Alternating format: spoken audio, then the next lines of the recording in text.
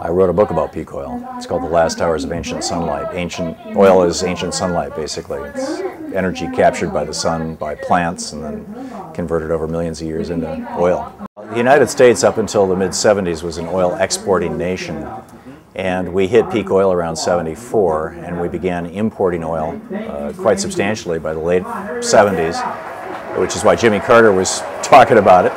And we are now one of the world's largest importers, and we're importing more than half of our oil. So peak oil for us was the beginning of an economic disaster. We're now borrowing money from all over the world so that we can buy oil for ourselves. When the planet hits peak oil, and it looks like it's probably this year, maybe last year, if at the very worst next year, that when the planet hits peak oil, it's going to be a far more problematic issue because you can't import oil from the moon. There's not another source.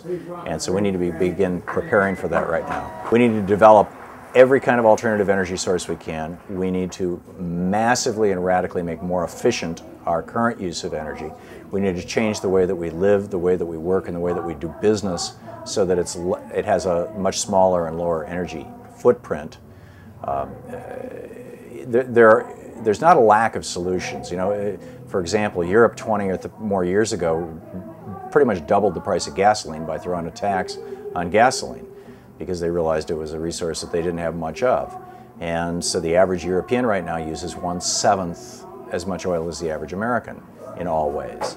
And you know, so this isn't something, and it's not like they're living a deprived lifestyle. In fact, many Americans would give a hell of a lot to have the European lifestyle. It's becoming the European dream, not the American dream.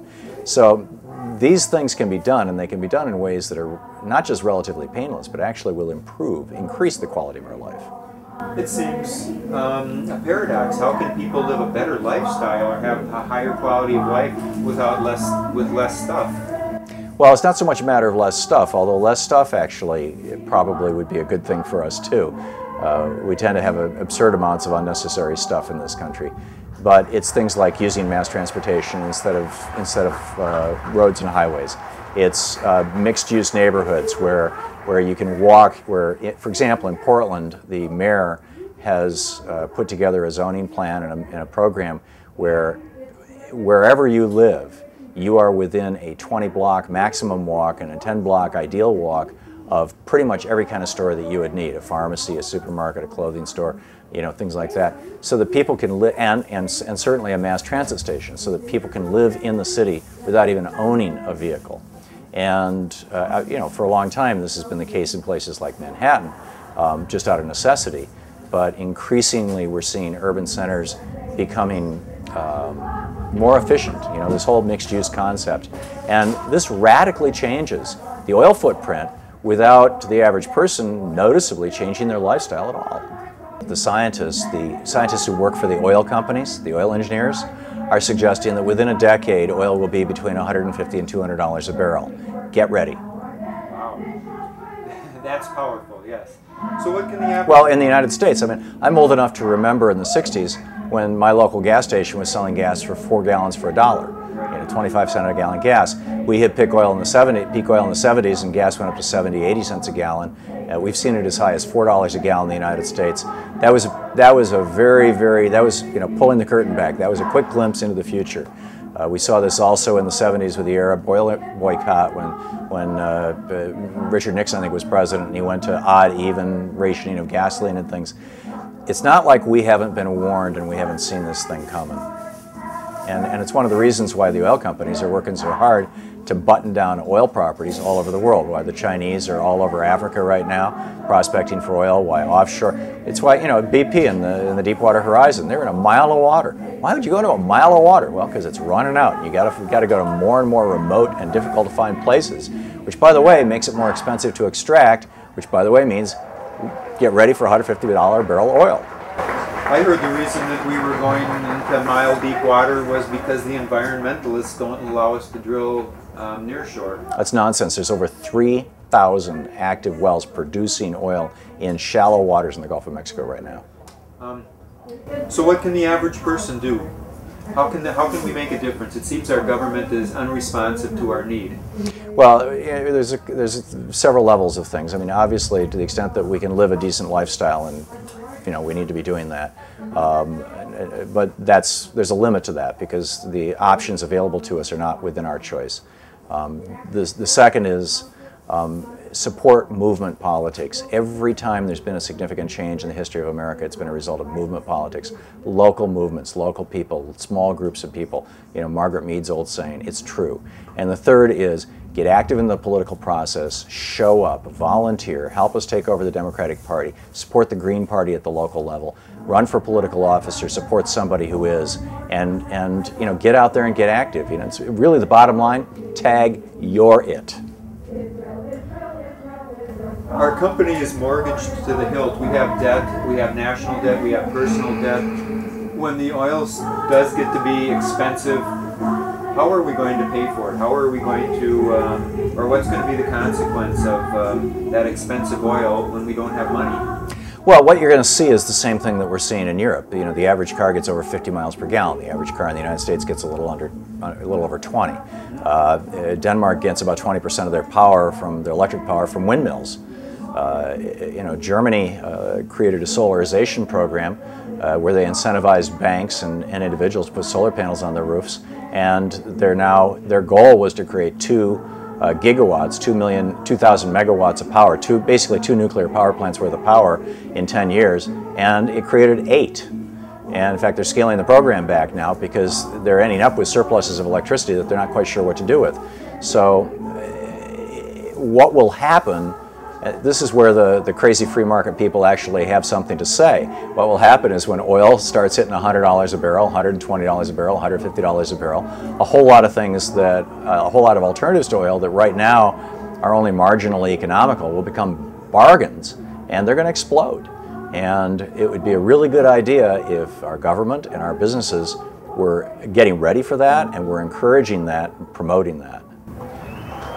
Does this peak phenomenon occur only with oil? No, it's happening with water too. In fact, it's happening with water probably faster than oil. More than half the 6.5 billion people on the planet don't have access to reliable clean water or safe sanitation. It may well be that we're going to run out of water before we run out of oil. That's another major crisis that we need to be paying attention to, and that frankly America is completely oblivious to, other than those people who live out in the West where the water wars are beginning, Colorado, Arizona, and California. But by and large, most Americans don't have a clue. Do you see this happening with other resources, phosphorus, natural gas, uranium? I think that it's with the energy resources, there's that problem, although there is a fair amount of coal, which is a problem, frankly, because the Chinese and we are falling back on that very heavily, and it's very, very destructive in terms of the environment. I think that as global warming continues to contribute to global weirding of the weather, that it's going to become more and more obvious that coal is not an option. In terms of the other mineral resources and things, the famous bet between Julian Simon and Paul Ehrlich back in the 70s, about this breadbasket full of utilities, metals. I think it was zinc and tin, and there was a few other things. And Paul Ehrlich said, the price is going to go through the roof. And Julian Simon said, no, we're going to get more efficient at our use, and we'll start recycling, and the price will actually go down. And Julian Simon, even though he's a right-wing crazy, he's dead now, but he was a right-wing crazy and a bit of a libertarian, was right. And I think that we're going to see that continue to happen. I'm not so concerned about those recyclable mineral resources. We will figure out a way to be more efficient and to recycle those. But there is a finite amount of oil on the planet, and there is, frankly, a finite amount of water, at least fresh water on the planet. Desalination is going to be the next great frontier, frankly, in my opinion. Well, climate change is real. I mean, even the oil company shills are starting to admit it. Now they're just saying, oh, it's not that big a deal. I had a guy on my show the other day who wrote a book about how carbon dioxide is good, it's food for plants, didn't you know? I mean, they're trying to pull every weird little canard out of the hat. But the bottom line is that when people see their neighborhoods being destroyed by tornadoes, when they see cities being wiped out by hurricanes, when they see, here in Pakistan right now, you've got 2 million people who have been displaced by flooding in the Indus River. You see the glaciers that are fresh water supplies to at least half of the world's population vanishing.